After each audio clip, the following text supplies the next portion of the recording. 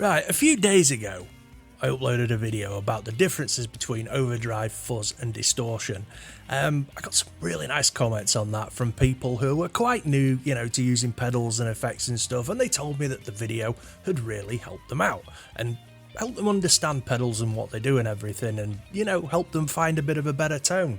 If you haven't seen that video, then go and check it out. I'll leave a link in the description. So yeah, this has actually inspired me to make a couple more videos explaining the differences and similarities between pedals to help you understand them. Kind of like a public service thing. So today we're going to be taking a look at two of my all-time favourite effects pedals and some of the most widely used effects by all guitarists. I mean, for me, there's something that should be on everybody's board. Delay pedals and reverb pedals. Hi, it's Andy from the future. Before I jump right into the video today, I've got a huge favour to ask. If you enjoyed the video, you found it informative, helpful, entertaining, anything like that, could you be so kind as to drop a like on the video? Leave a comment and say hi. YouTube is really competitive right now, and all the little free things such as likes, comments, anything like that, it really helps the channel out. Thank you so much. Back to the video. So anyway, reverb and delay, what are they? What's the differences? When can you use them? Where should you use them? And where should they go in your signal chain on your pedal board? Wow.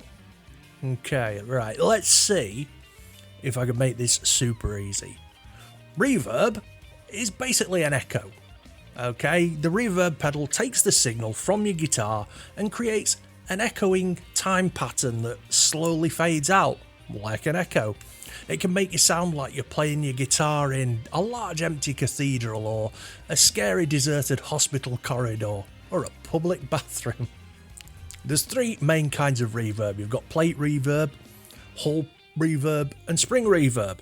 Plate is called plate because, well, a lot of recording studios back in the day, I mean some still do, used to have plate reverb machines. It was basically a large wobbly piece of metal that when sound passed over it, it vibrated and gave the impression of an echo.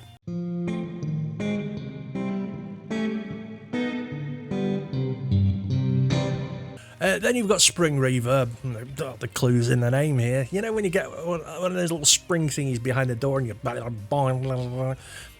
Yeah, that's what happens. You pass the guitar signal through it and it goes... and it gives like an echo.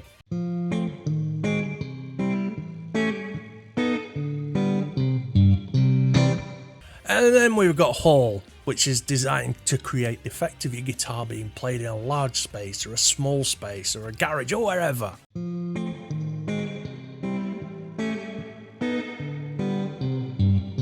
So yeah, reverb is a nice flowing, ebbing echo sound that fades out. Okay, so reverb, we good? Now I use reverb more than delay. I'm a reverb guy. I like delay. I like it a lot, but I use reverb more.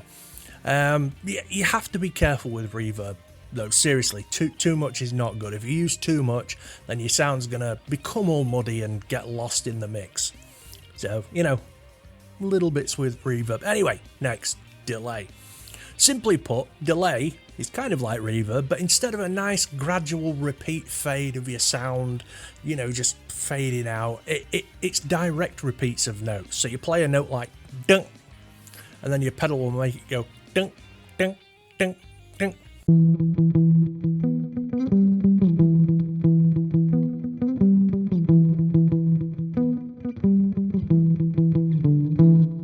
So basically you play a note and the effects pedal or whatever you're using will play the note back to you.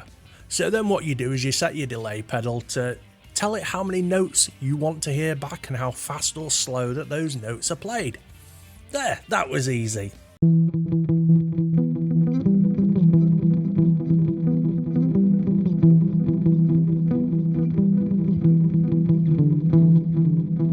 Right, signal chain. Again, delay needs to go at the end, but before the reverb.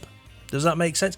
Think about it this way, right? Your delay pedal is taking what you play and then it's repeating it back to you, however many times you ask it to and how fast or slow you ask it to.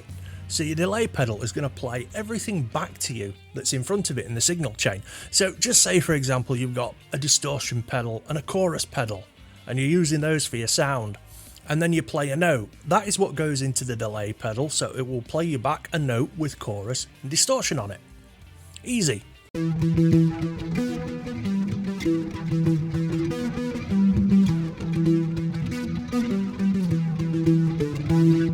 Out of the two effects, right, delay is probably the most versatile. You can use your delay pedal, you know, using the speed and repeats and everything to get a reverb kind of echo effect from it. But you can't get a delay effect with a reverb pedal. I mean, you can, but it's not as good. But delay is great. It's amazing. It's so much fun. You can add extra notes to your solo, and you don't actually have to play them. Yeah, I mean, you can stack delays as well. So you've got loads of them, and you've got loads of notes coming back, and you can sound like the Edge out of U2. I can't think why you'd want to, but you can. Look, I'm giving you the basics. That's all. That's all we're doing here. So now you know the difference between reverb and delay. I'd say that the best thing you can do is to try them out for yourself and see what works for you and your sound. I mean, some reverb pedals I'd recommend. The Boss reverb. If you can get Boss pedals, get them. If you're starting out, Boss pedals are brilliant. They're classic and you can't go wrong. If you don't want to spend too much money, then I really recommend the TC Electronic Sky Surfer reverb pedal. It's a really nice pedal, and it will not break the bank. And as for delay, Boss again. I mean, Boss have got so many different delay pedals out, and they're all pretty good. You just cannot miss with these Boss pedals.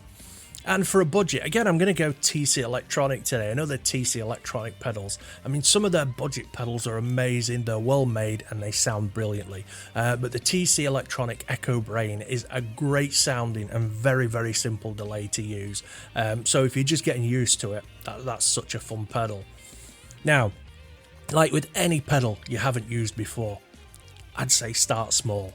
Start with all the knobs at 0. And then just add bits to see what they do, and just keep going along until you find something that you like or you can work with. That applies to all pedals. And anyway, there's always YouTube, guitar forums, Facebook groups. I mean, people are only too happy usually to share experiences and settings and stuff. You know, never be afraid to ask. There's always somebody out there that'll help you. Ask me, I'll tell you. If I can, if I know the answer. Anyway, that's all for today. I hope it clears everything up for you. Don't forget to like and subscribe, do all that YouTube stuff. It really does help the videos out.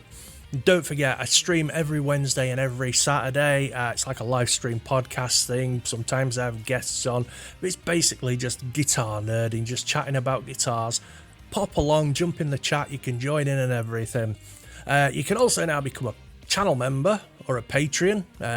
You get some extra stuff and you get some emotes to use in the chat and stuff. And I've also got some t-shirts and stuff for sale. I'll leave my link tree in the description anyway. You can check out all my socials and everything. So hopefully I'll see you there. Anyway, thanks again. Take it easy. Peace out.